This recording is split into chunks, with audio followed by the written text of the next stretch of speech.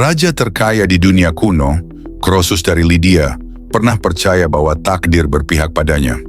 Tapi dalam sekejap, seluruh kerajaannya lenyap di tangan seorang penakluk muda dari timur, Cyrus Agung. Inilah kisah kejatuhan sebuah kekaisaran hanya dalam satu perang yang mengubah sejarah Asia Barat untuk selamanya. Di abad ke-6 sebelum Masehi, Asia kecil dipenuhi oleh kekuatan-kekuatan besar yang saling berebut pengaruh. Salah satu kekuatan paling berpengaruh saat itu adalah Kerajaan Lydia yang dipimpin oleh Croesus, raja yang dikenal karena kekayaannya yang luar biasa dan kekuasaan atas kota-kota Yunani di Ionia. Ia hidup di Sardis, ibu kota yang mewah, dikelilingi oleh emas dari sungai Pactolus.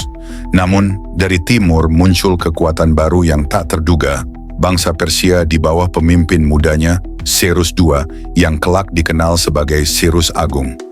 Ia baru saja menggulingkan Media dan menyatukan Iran di bawah satu panji. Ambisinya jelas, menguasai seluruh dunia timur dekat, termasuk Lydia yang kaya.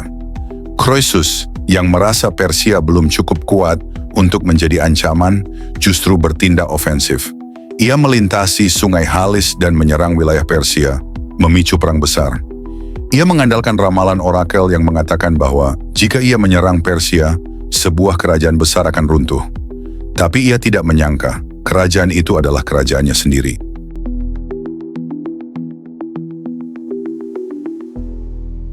Kerajaan Lydia adalah salah satu kerajaan paling makmur di dunia kuno. Mereka dikenal sebagai bangsa pertama yang mencetak koin emas dan perak dengan standar resmi. Hal ini membuat ekonomi Lydia sangat kuat, dan Sardis menjadi pusat perdagangan dan kebudayaan. Raja Croesus mewarisi takhta dari ayahnya, Alyattes, dan segera menjadi tokoh yang dihormati dan ditakuti di Asia Kecil. Ia menguasai kota-kota Yunani di pesisir barat Anatolia, termasuk Efesus, Miletus, dan Smyrna, serta menjalin hubungan diplomatik dengan Mesir dan Babilonia. Dengan kekayaan dan kekuatan ini, Croesus merasa tak terkalahkan. Ia membangun kuil-kuil megah, memperluas militer, dan memantapkan Lydia sebagai kekuatan utama di wilayah barat Asia Kecil. Namun di timur, kekuatan baru muncul dalam bayang-bayang, Persia. Saat mendengar kabar bahwa Cyrus Agung berhasil menggulingkan kekuasaan Median dan menaklukkan kota Ekbatana, Croesus merasa terancam. Tapi alih-alih menunggu Persia datang, ia justru mengambil langkah ofensif. Ia berkonsultasi dengan orakel Delphi yang memberikan jawaban ambigu. Jika kau menyerang, sebuah kerajaan besar akan jatuh. Croesus mengartikan ramalan itu sebagai kemenangan. Ia mulai mengumpulkan pasukan dan menyeberangi sungai Halis untuk menyerang Persia, tanpa menyadari bahwa ia sedang menggali kubur bagi kerajaannya sendiri.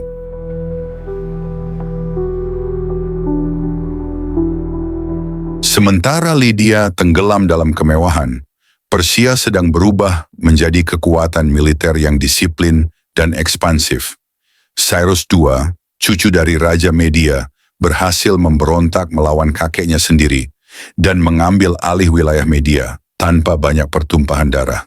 Cyrus segera menyatukan berbagai suku Iran di bawah satu kekuasaan, membentuk dasar dari Kekaisaran Achaemenid, kekaisaran terbesar pertama di dunia. Ia terkenal bukan hanya karena kekuatannya, tetapi juga karena kecerdikannya dalam diplomasi, toleransi beragama, dan taktik perang. Saat Croesus menyerang wilayah Persia, Cyrus tidak tinggal diam. Ia langsung menyusun pasukan dan bergerak cepat untuk menghadapi Lydia.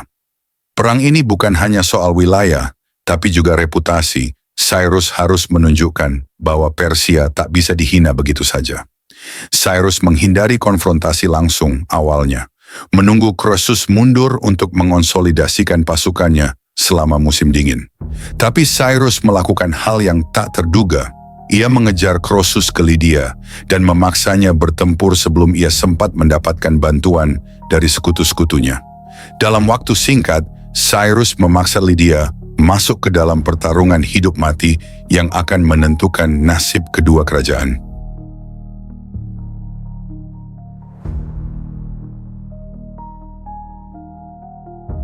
Pertempuran penentu terjadi di dekat Sardis, ibu kota Lydia. Croesus, yang merasa percaya diri, mengandalkan pasukan berkudanya yang terkenal kuat, Namun Cyrus menggunakan strategi cerdas yang akan membuatnya dikenang sebagai jenius militer. Pasukan Croesus memiliki pasukan berkuda yang menakutkan, tetapi Cyrus memerintahkan tentaranya membawa unta dalam jumlah besar ke medan perang. Ia tahu bahwa kuda takut pada bau unta, dan benar saja, ketika pasukan Lydia melaju, kuda mereka panik dan buyar. Pertahanan Lydia runtuh dalam kekacauan. Dalam waktu singkat, pasukan Cyrus berhasil mengepung Sardis.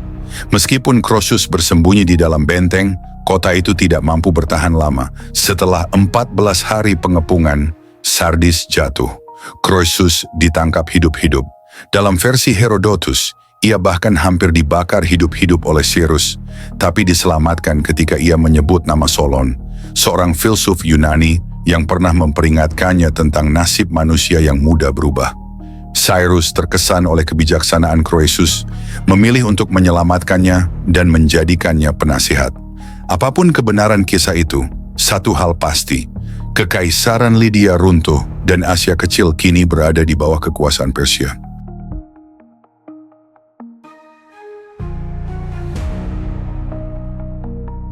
Penaklukan Lydia adalah tonggak penting dalam sejarah dunia kuno. Dengan jatuhnya Sardis, Cyrus Agung kini menguasai seluruh wilayah barat Iran dan Anatolia. Ia tidak hanya mengalahkan musuh, tapi juga mewarisi kota-kota Yunani yang sebelumnya tunduk pada Lydia. Langkah pertama Cyrus adalah menjamin stabilitas. Ia membiarkan struktur politik lokal tetap berjalan selama mereka mengakui kekuasaan Persia. Inilah awal dari kebijakan toleransi khas Kekaisaran Achaemenida yang membuat banyak wilayah takluk tetap setia pada Persia. Bagi kota-kota Yunani di Ionia, perubahan ini menjadi awal dari pergolakan baru. Mereka sekarang berada di bawah Persia dan benih pemberontakan mulai tumbuh, yang kelak meledak dalam pemberontakan Ionia dan Perang Yunani-Persia. Penaklukan ini juga menandai lahirnya model kekaisaran baru, multi-etnis, toleran, tapi terpusat di bawah satu kekuasaan absolut. Cyrus tak hanya menang karena kekuatan, tapi karena kecerdasannya dalam mengelola wilayah yang sangat beragam. Dan di antara semua kemenangan Cyrus, kejatuhan Lydia dianggap sebagai salah satu yang paling strategis, karena menghapus rival ekonomi dan militer utama di wilayah barat sekaligus membuka jalan ke Laut Aegea.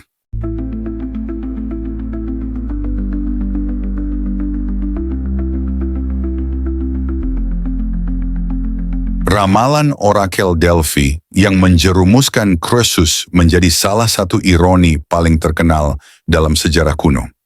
Ia berpikir akan menghancurkan kerajaan besar tanpa sadar bahwa kerajaannya sendirilah yang akan binasa. Kisah ini kemudian dijadikan peringatan oleh banyak penulis Yunani, termasuk Herodotus, tentang kesombongan raja yang buta terhadap takdir. Croesus bukan raja jahat, tapi ia terlalu percaya pada kekayaan dan pertanda mistis. Ironisnya, Cyrus yang berasal dari budaya yang sangat berbeda justru menghormati Croesus dan tidak menghukumnya. Ini menunjukkan sisi lain dari sang penakluk, seorang pemimpin yang tahu kapan harus menaklukkan dan kapan harus membangun. Sejarawan modern menganggap jatuhnya Lydia sebagai awal dari imperialisme timur terhadap barat, yang kemudian memunculkan perlawanan besar dari Yunani, termasuk Sparta dan Athena. Namun sebelum semua itu terjadi, kisah Lydia dan Persia mengajarkan satu hal, bahwa ramalan, kekayaan, dan kekuasaan bukan jaminan untuk menang, jika tidak diiringi dengan kehati-hatian dan kerendahan hati.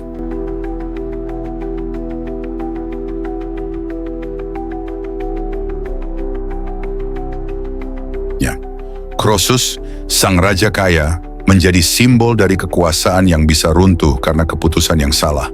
Sementara Cyrus menjadi ikon penaklukan yang cerdas dan manusiawi, perpaduan kekuatan dan kebijaksanaan yang jarang ditemui dalam sejarah. Asia Kecil tidak akan pernah sama lagi. Kota-kota Yunani kini harus menghadapi dunia baru yang dikendalikan dari jauh oleh seorang raja Persia yang memerintah dari jantung Iran. Ini adalah awal dari serangkaian perang Timur versus Barat yang akan bertahan ratusan tahun. Namun semua itu dimulai dari satu keputusan, satu serangan terhadap Persia, satu ramalan yang disalahartikan, dan satu